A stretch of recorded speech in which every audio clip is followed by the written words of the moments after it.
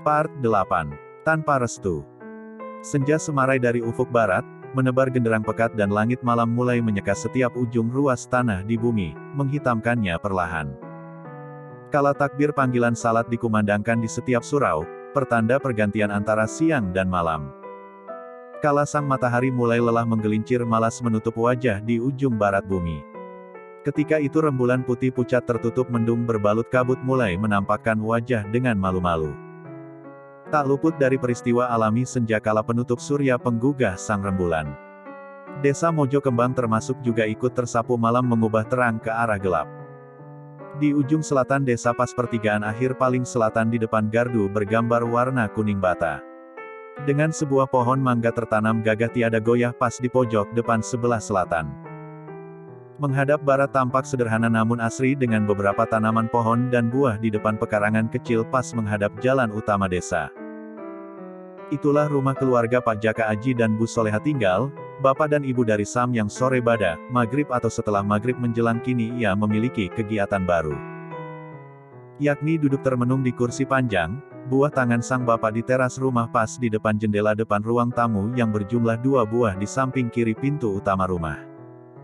Kali ini Sam seakan terserang mental dari permintaan sang calon mertua Pak Darmaji kemarin siang. Di mana ia harus datang besok untuk melaksanakan akad nikah secara agama dengan nikah siri yang sah secara agama namun tak sah di mata hukum. Otaknya semakin sakit bila dipikirkan tentang kemarahan sang bapak, kalau ia bicarakan secara terus terang permintaan sang calon mertua. Tak sanggup rasanya ia menahan kemarahan sang bapak, yang selalu ia hormati dan selalu ia anut keputusannya sebagai acuan dan landasan serta rumus hidupnya. Sejenak matanya menerawang langit di atas atap genteng teras rumahnya. Menerawang jauh dan berpikir keras bagaimana cara ia merangkai kata dengan baik, tanpa salah dan tak membuat bapaknya marah dalam penyampaian permintaan sang calon mertua. Sekali lagi segelas kopi hitam yang ia letakkan di atas meja depan ia duduk terteguk masuk lurus dalam kerongkongan. Namun tak seperti biasanya, kopi hitam pahit kesukaannya kini tak lagi menyegarkan dahaga, karena pikirannya yang sedang kusut ibarat benang yang semrawut tak beraturan. Huf, suara helaan nafas panjang terlontar beku di udara setelah maghrib bersama embusan asap pekat rokok yang ia hisap. Kali ini sama dengan kopi yang serasa hambar. Isapan rokok di bibirnya tak lagi manis serasa, dan tak lagi meredakan kegundahan hati hanya terasa nanar di dada. Aku harus bagaimana? Ucap Sam lirih parau bercampur lelah di mata dan tatapannya samar tak bertuan. Tiba-tiba terdengar suara dehem dari sang bapak yang sudah berdiri di samping, ia duduk dengan membawa segelas kopi hitam di tangan dan tersenyum simpul. Mungkin sudah sedari tadi Pak Jaka Aji memperhatikan sang anak yang tengah didera pemikiran ruwet bin Angel, namun tiada Sam memperhatikan. Boleh Bapak ikut duduk, ucap Pak Jaka meminta persetujuan Sam. Oh silakan Pak, begitu saja harus meminta izin ini si Bapak, timpal Sam sambil tersenyum agak kaku. Kuletek. Suara lepek dan cangkir yang beradu dengan alas meja. Sembari digeser sejenak memutar cangkirnya oleh Pak Jaka. Mencari pegangan cangkir agar pas di genggamannya, sekali ayun seteguk tertelan juga di kerongkongan. Krek, krek, bluk. Suara korek api benzol menyala, menyulut rokok bergambar rumah tempat penyimpanan garam di bibir. Pak Jaka Aji yang semakin menua juga dengan keriput yang sudah tumbuh di sana-sini. Ceritakan nak, katakanlah. Sedikit pertanyaan terlontar dari mulut Pak Jaka namun sangatlah berbobot. Langsung mengena pada maksud dan tujuan yang jelas. Seakan bak rudal Nazi yang menghantam tentara musuh saat Perang Dunia Kedua, selalu pas sasaran.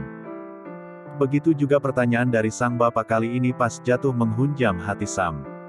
Sontak mata Sam membelalak karena kaget bercampur gugup. Anu Pak, itu, seakan tak mampu bergetar dan sulit berucap dari bibir Sam, yang tiba-tiba kaku sehingga berat untuk mengungkapkan semua yang ada di pikiran.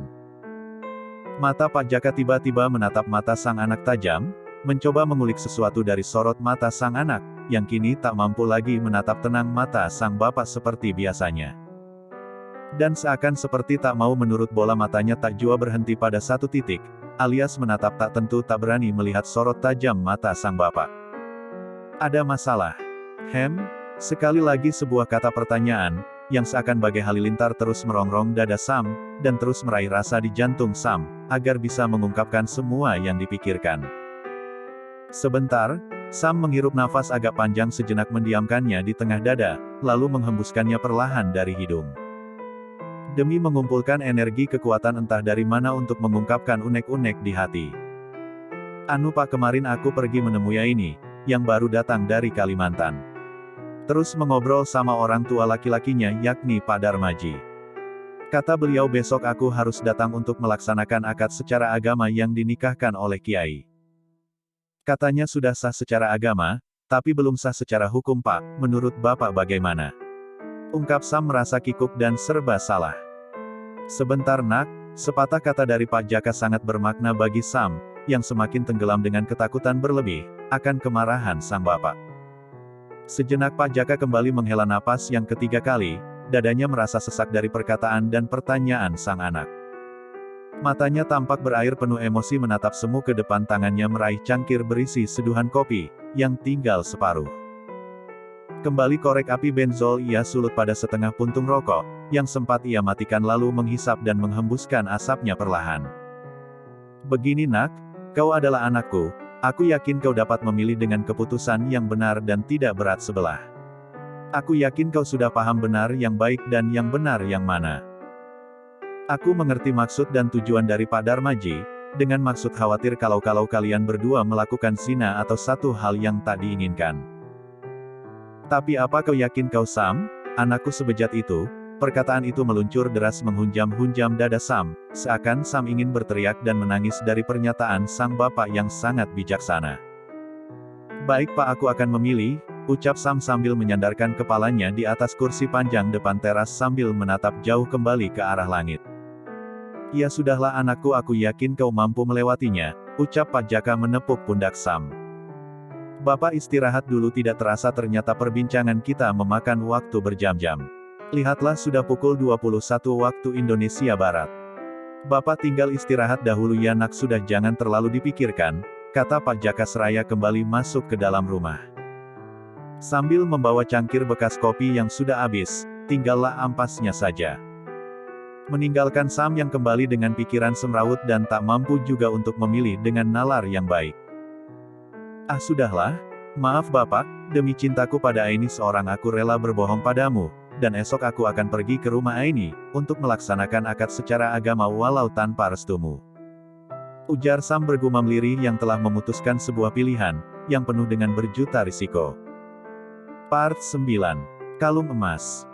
Ruang hati Sam terasa sesak, tersekat-sekat dan begitu sesak, untuk dihembuskan menjadi sebuah udara bernama nafas.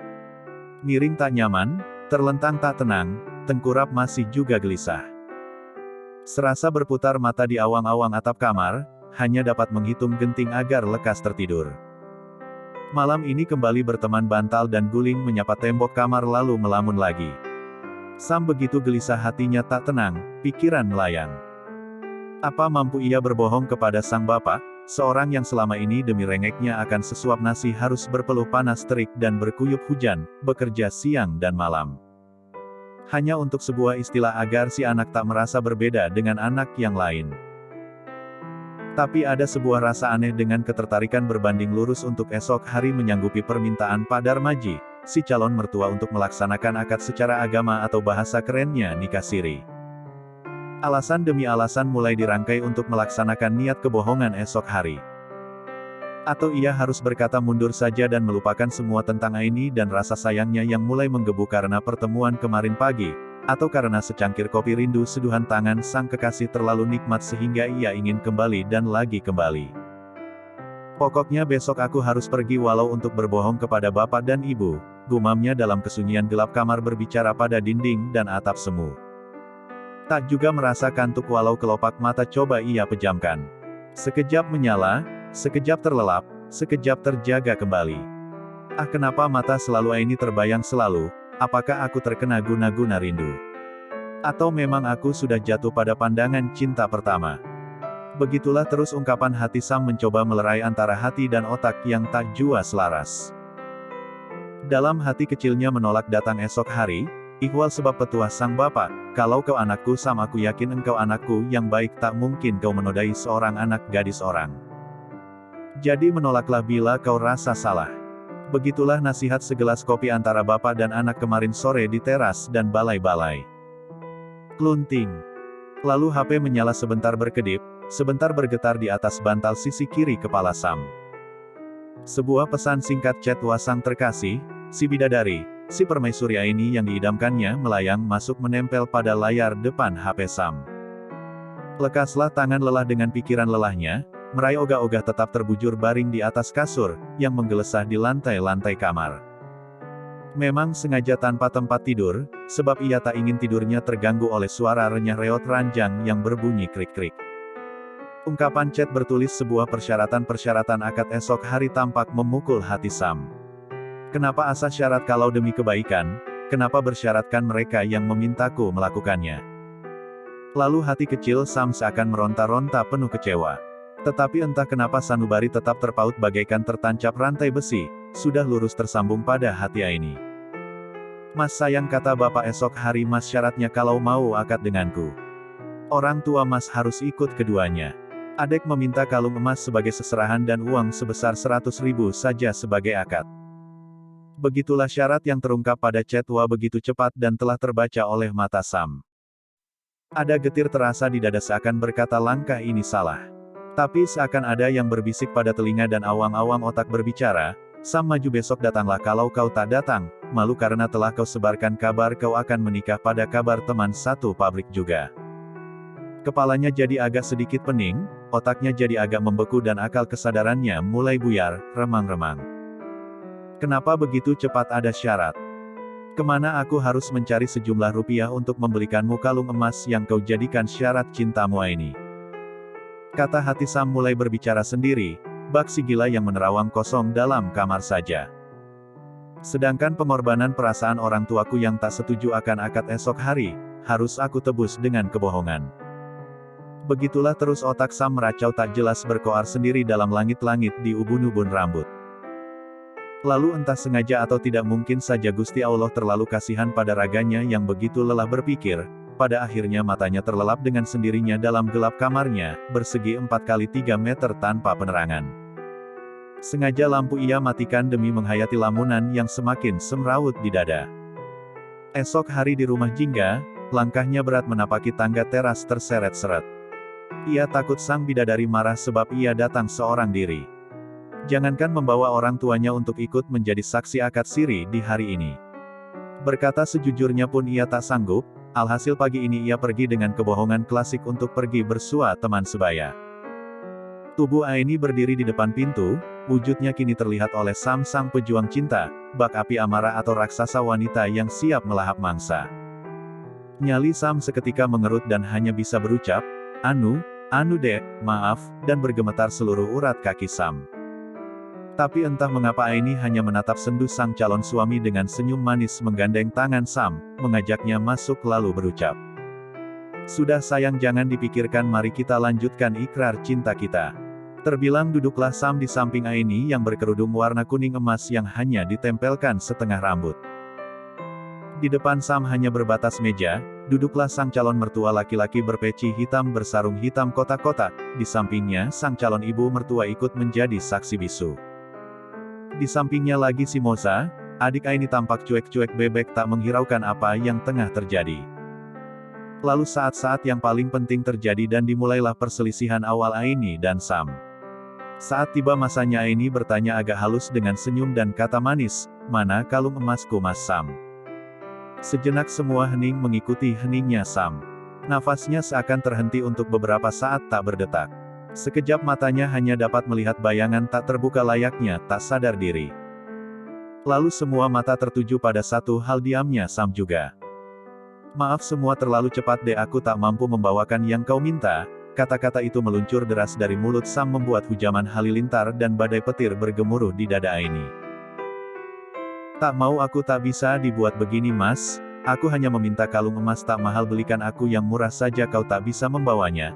Teriak Aini marah membabi buta, lalu pergi berlalu duduk di emperan samping rumah pada bangku kayu panjang buatan sang bapak setahun silam. Sabar nak, memang seperti itu tabiat calon istrimu, Tapi kalau sudah ya sudah tidak diingat lagi kok, coba tenangkan dulu kekasihmu itu, dengan gampang Pak Darmaji berkata halus memberi semangat Sam. Seraya ada dorongan cepat entah kenapa tubuhnya terenyak berdiri dari duduknya, dan seakan semua tak mampu ia kuasai langkahnya ringan menuju Aini di teras samping rumah.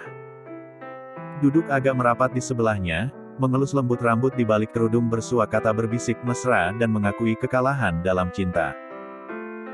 Aini, yakinlah aku milikmu, dan saat nanti kau menjadi istri dan namaku yang tersemat di belakang namamu, dan mari kita berjuang bersama untuk segala keinginanmu, lirih bibir Sam bergetar pucat pada telinga Aini. Dan akhirnya hati sang wanita luluh juga.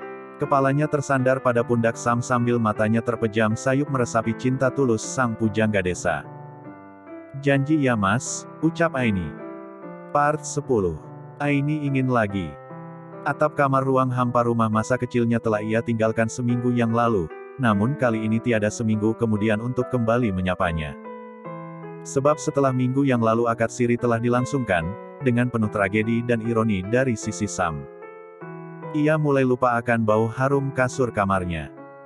Kali ini yang ada di benak pikiran hanya hari Sabtu sore, lalu ia pulang untuk menghampiri sang istri, walau siri di kamar sebelah belakang rumah sang mertua, untuk bercumbu mesra di tengah malamnya. Kali ini matanya mendongak pada awang-awang atap, namun kali ini atap sebelah kiri mes pabrik yang kembali ia lihat. Hari ini Sabtu sore kembali datang dan amplop coklat gaji dari Pak Mandor Singh Haji. Pikirannya hanya pulang ke kota Pare Kediri. Membayangkan lekuk tubuh sang primadona menari, untuk menatap tiap sendi demi sendi tiada berbusana juga. Begitulah sekiranya kegiatan malam minggu Samudera Arham sekarang dan demi itu, kebohongan demi kebohongan ia lontarkan pada sang ibu atau sang bapak, saat bertanya kemana kok tidak pulang. Lalu ia terus berkilah dengan 1000 macam alasan.